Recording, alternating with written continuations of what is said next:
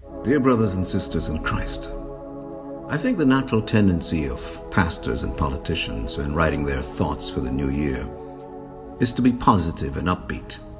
I think we do that because that is what is expected of us, and perhaps secondly, it ups our rating, our likes among our members. But suppose the reality is that the prognosis for the future is that all is not that rosy and positive.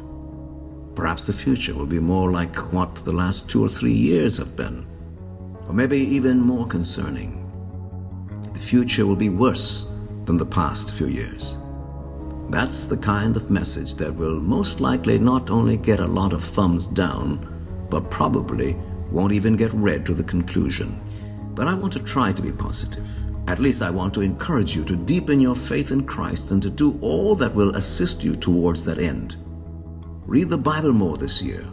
Perhaps read it through from cover to cover for the first time. Pray more, and not just for the typical things we tend to pray for food and shelter and clothing, the things that God says He will add to us if we seek His kingdom first.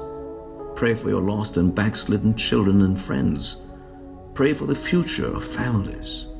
Pray that next year we'll not see over 41 million unborn human beings aborted around the world as it did last year. Pray that Christianity will not breathe its last breath of existence in the Middle Eastern nations of Syria and Iraq, where it has existed long before it came to the West. Pray that the killing and other forms of persecution of Christians will not continue to grow around the world as it has done for the last 5 years. Pray that your children and grandchildren will complete their tertiary education without returning home as atheists. Pray that the LGBT agenda for families and children will be defeated, and that the lies and deception associated with the sexual revolution will be exposed before there is another 1.8 million new HIV infections among youth and adults, as in 2017. Pray that pornography will not entrap more of our children and cause even more sexual and physical abuse of young children by both minors and adults, as it did last year. Pray for a spiritual revival to rescue Western culture before it commits moral and spiritual suicide. I want to be positive, so I encourage you towards a deepening of your spiritual life, because from where I sit, with the information that I read each day, I'm deeply concerned that too many of us are so preoccupied with the material things of life that we are actually irritated with those who keep pointing to the present and looming dangers to our traditional way of life.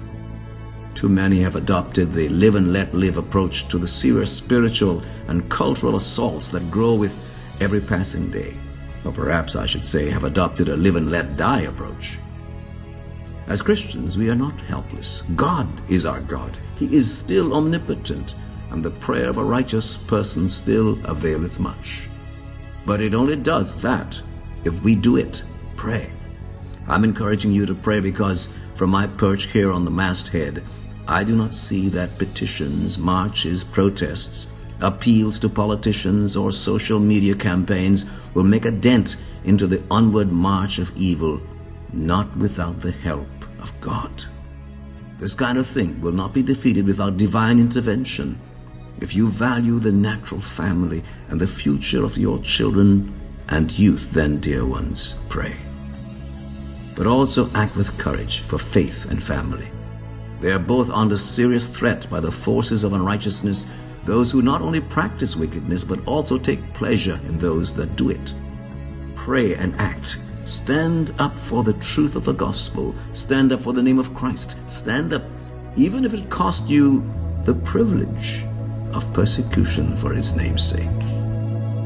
So, this is not wishing you just a happy new year, but wishing you a triumphant new year in what really matters.